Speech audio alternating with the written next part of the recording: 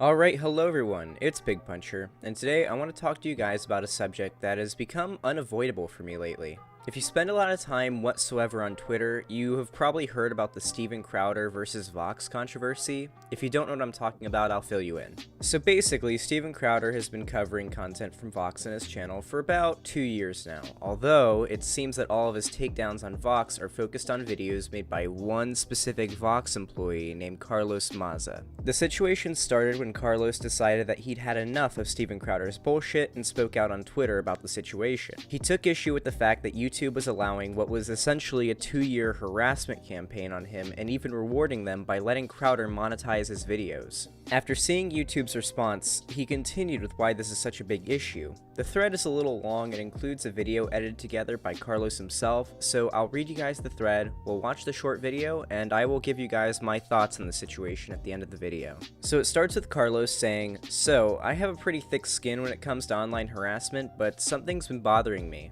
YouTube responds, "Thanks again for taking the time to share all of this information with us. We take allegations of harassment very seriously. We know this is important and impacts a lot of people. Our team spent the last few days conducting an in-depth review of the videos flagged to us, and while we found language that was clearly hurtful, the videos as posted don't violate our policies. We've included more info to explain this decision. As an open platform, it's crucial to us to allow anyone, from creators to journalists to late-night TV hosts, to express their opinions within the scope of our policies.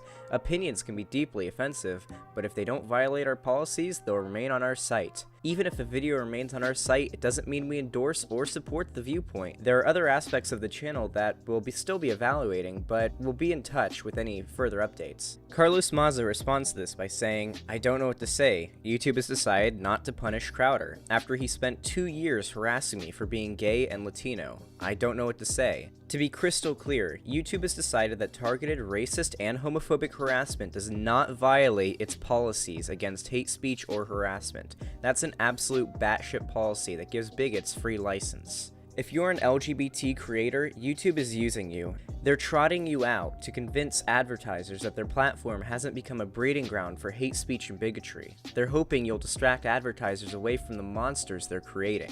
And if you're an LGBT employee at YouTube, what the fuck are you doing? Helping a guy sell socialism is for fags t-shirts? This company isn't your friend. It's arming the monsters that you've spent your whole lives trying to get away from. Walk out of there. I've spent 2 years getting targeted by racist and homophobic abuse from one of YouTube's star creators. Today, YouTube decided that none of this violated their terms of service.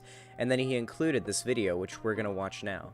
Get to the video with our favorite lispy sprite from Vox. It's ridiculous. It's bonkers. You're being given a free pass as a crappy writer because you're gay. That center line on his little queer graph there. What is Well, that now line? the graph is queer? Violence, filth. Okay, so the little queer can eat his chips all nonchalantly. It's code for rape, Mr. Queer eating chips on the Vox channel. Chip, chip, chip, chip, but you can eat just one. Like dicks. This is what Mr. Gay Vox wants to do. Mr. Lispy Queer from Vox. What were you holding, Gay Latino from Vox? Even his hand movement in fast motion is gay. Now we're here with the short-haired angry lesbian on Skype. And cable news bitching. 2 gay guys sitting there eating a banana. We get the symbolism there. The truth is hiding in a closet 2 weeks later, probably along to his next Pride Parade outfit. This guy on the gay semi-Latino Vox. Oh, okay, so you really are just an angry little queer. All right, I can't deal with this sprite anymore. Okay, he just sachets across without, the gay Vox sprite is wrong. Now he could be a tranny, Your Honor. How many lispy, angry sprites and Vox sachet across your screen and try and tell you otherwise. Or you, by the way, the gay Mexican guy, the gay Latino V-neck. Gay Mexican. Mexican gay guy used to work. Mexican gay Latino there at Vox. Oh, gay Latino from Vox. The token Vox gay atheist sprite with surprisingly flaccid chest considering how thin he is. This is very bizarre to me. Ad hominem, yes, but it was an addendum to... And he's been doing this for 2 years. I watched the original video on stream last week, and Crowder never tried to refute any of the claims made by Carlos. What we saw in these clips was basically the entirety of his responses. It's very clear that Crowder is extremely homophobic and racist. I don't think anyone is doubting that, but this isn't Crowder just spouting controversial opinions. This is literally him harassing this guy and giving his audience ammo to do the same. Anyway, let's continue with the thread.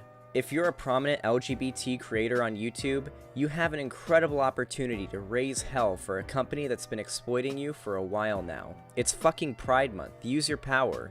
Other queer creators are counting on you. YouTube finds all the bullies LGBT people tried to escape from in high school and gives them weapons and a platform they need to keep tormenting us in adulthood. It's a platform for monsters masquerading as an ally to the LGBT people they target. It's going to get so much worse now that YouTube has publicly stated that racist and homophobic abuse doesn't violate their anti-bullying policies. Crowder and his allies are going to be emboldened. I genuinely can't imagine what LGBT employees at YouTube are doing right now. We've all gotten so fucking used to how toxic and shitty YouTube is, we all just accept that this is the way things are now. But it doesn't have to be. It's toxic because YouTube let it get this way. Let bigots and alt-right creeps and shock jockeys take over. It's on them. The important thing is, YouTube isn't just going to listen to cries for help. They don't give a shit about the harm they're doing to queer and marginalized people. You have to raise hell, use their platform against them, hold them accountable for their neglect. The beautiful thing about early YouTube was watching queer and marginalized people learn how to use their voices, to value the power of their testimony. We use that same power to force YouTube to do better,